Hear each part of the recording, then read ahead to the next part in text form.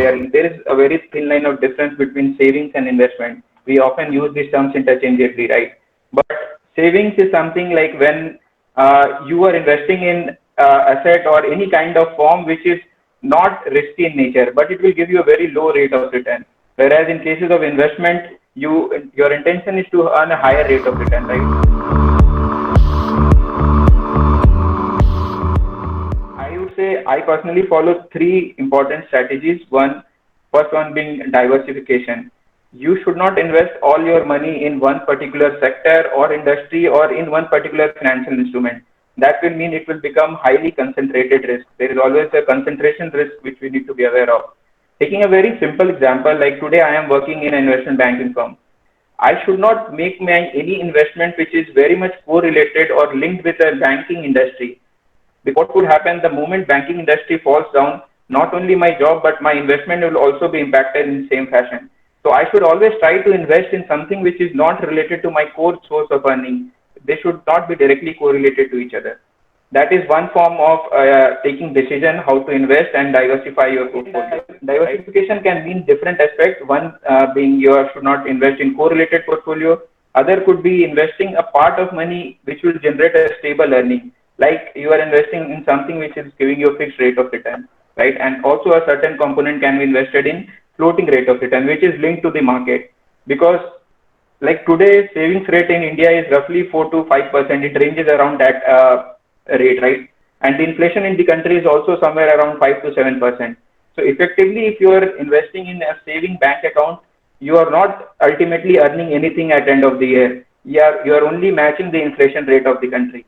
So in order to diversify and make the most use of your investment, you should invest in something which will help you link to that inflation and a certain portion which will beat the inflation rate and help you earn over and above that. But always be wary of the risk that you are taking at the back of this, right? That was one thing. Other thing I personally follow is liquidity. So we often invest in things where there is not much liquidity. We like make all our analysis, the investment decision is good, we know the rate of return is good, but we often don't see that if I want to exit from that investment, how easy it would be. Taking an example like in India, you would have seen a culture of investment into real estate from a long time. But real estate is considered to be one of the most illiquid investments. And that is the reason why it gives kind of a higher return than any other instrument. So because of a lower rate of liquidity, there is a premium which you get on the back of it. There is nothing like real estate is the best investment. We cannot say that just because it is giving a higher rate of return. If tomorrow you want to exit from that investment, it would be the most tough option for you left at that point of time, right? So third thing I would say is something called value investing, wherein just don't invest into anything going by the market sentiments. Like in the market, many people will say, okay, this particular stock I think would rise, but they don't know why they think. They would have heard from someone else. So this just becomes a market sentiment that this is the expected behavior of a particular stock or a rate for that matter. So always try to go and read the fundamentals of the company. A very recent case being like Bitcoins. You see, Bitcoin does not have any fundamentals which you can read about it. It is just investing based on the market sentiment and is a demand supply based economics. There is nothing you can actually study and tell that, okay, based on so and so factors, I expect Bitcoin to grow up by 10% or 25%, anything it may be, right? So always set those, read those fundamentals of the company where you are investing and only then take your decision.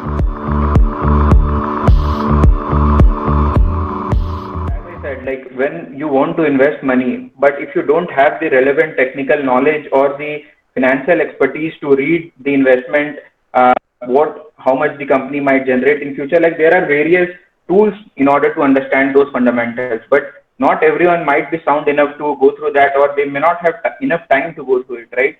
In those cases, investments like mutual fund, SIPs, those are helpful because what you're doing, you're giving your funds to experts who has been doing this day in and day out in terms of their daily job, right? So although that comes with a cost, it is not like they would make the best return always, because they are also investing basis of fundamentals, right? There are like two kinds of risk in normal terms. One is something which we can control, manage and hedge. There is another risk which is not within our control. right? And those are some extreme situations like last year we have seen COVID. So in such cases, we should give money to a good investment professional who will take care of our investments. Otherwise, if I myself can invest my time and I have a relevant technical knowledge, or even if I don't have enough knowledge, I can always build on it.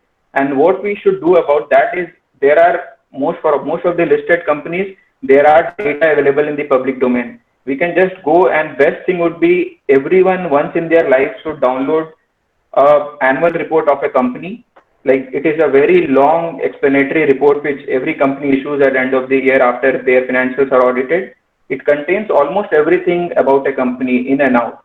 It will help you understand not only how the company performed last year, but also what are the strategies and what are the various investment and funding ideas company management has in their mind. So basis that analysis, and it's written in a very layman language. You may not need to invest a lot of technical knowledge in order to understand those annual reports. So once you go through those reports, I think you will be able to make those decisions about investment, especially in stock market.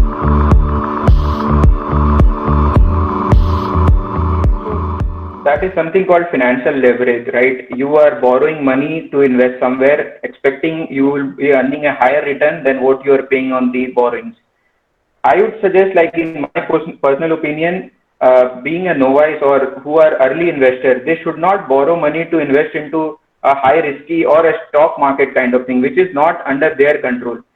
It's always good to borrow money and invest when things are in your control, like a business. If you have a business idea, you don't have funds with you, there is no other option but to borrow money. But in those cases, you should always assess how much is the cost that you are incurring on the back of your debt, and try to, although it's not possible for anyone to predict what would be the expected return, right? But there is always a way to formulate estimated cash flow, estimated income, and the balance sheet, so that you have sufficient funds to pay back the interest, your principal at the end of the day. Even if you don't earn, at least you should end break even. You should not be a bankrupt at the end of the day, right? Nobody wants it.